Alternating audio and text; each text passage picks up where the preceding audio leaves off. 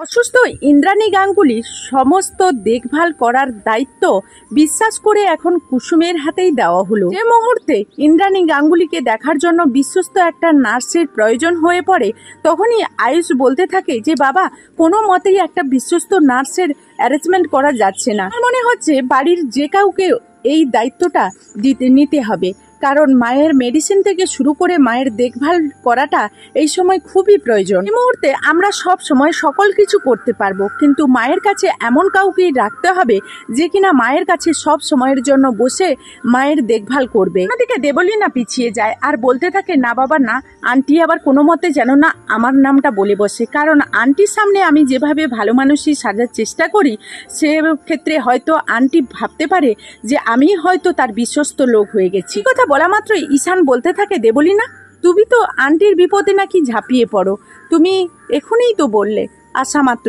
যে আন্টি তোমার এত বড় বিপদের কথা শুনে ফেলেছি, আমি আসবো না, সেটা কি করে হয় বলো তো? তুমি তো এখনই বললে যে আন্টি তোমার জন্য আমি আমার প্রাণটা দিয়ে দিতে পারি, তোমার প্রাণের কোনো প্রয়োজন নেই, শুধু একটু মাকে লক্ষ্য নজর করে সময়টুকু দিয়ে মাকে সুস্থ করে তুলতে হবে।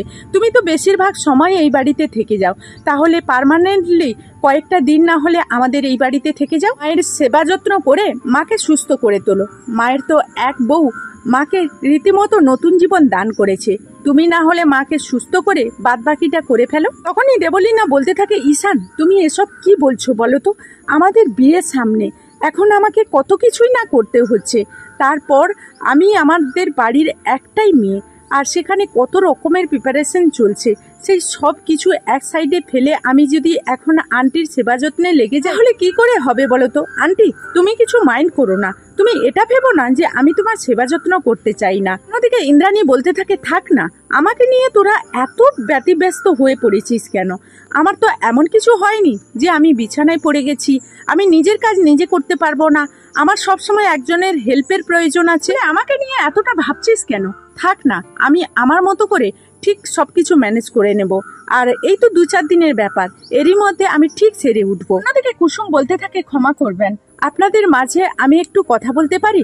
তখনই রাজশেখর বলতে থাকে, হ্যাঁ কেন বলবে না, তুমি তো এখন এই বাড়ির বউ, আর তুমি বলবে না তো কে বলবে? আপনাদের যদি কারোর কোনো রকম আপত্তি না থাকে, আমি দেবী মায়ের পাশে সর্বক্ষণ থাকতে চাই, আমি দেবী মাকে সেবা শুশ্রূষা করে সুস্থ সবল করে তুলবো। এই কথা শোনা মাত্রই ঈশান বলতে থাকে, আমরাই তোমার কাছে বিশ্বাস করে আমাদের মাকে রাখতে পারবো, কারণ আমাদের এটা খোঁজ নিতে হবে না যে তুমি সময় মতো আমার মাকে মেডিসিন দিচ্ছ কিনা, শুশ্রূষা করছো কিনা।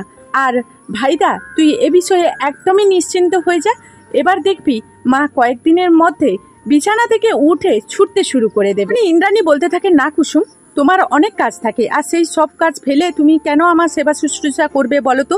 আর সব থেকে কোম্পানির অনেক কাজ তোমাকেই করতে হয়। তখনই কুসুম বলতে থাকে, দেবীমা এই সব কাজের থেকে আপনার সেবা শুশ্রূষা করাটা আমার কাছে সব থেকে বড় কাজ, সেটা না করে আমি নিজেকে কি করে শান্ত রাখবো বলুন তো?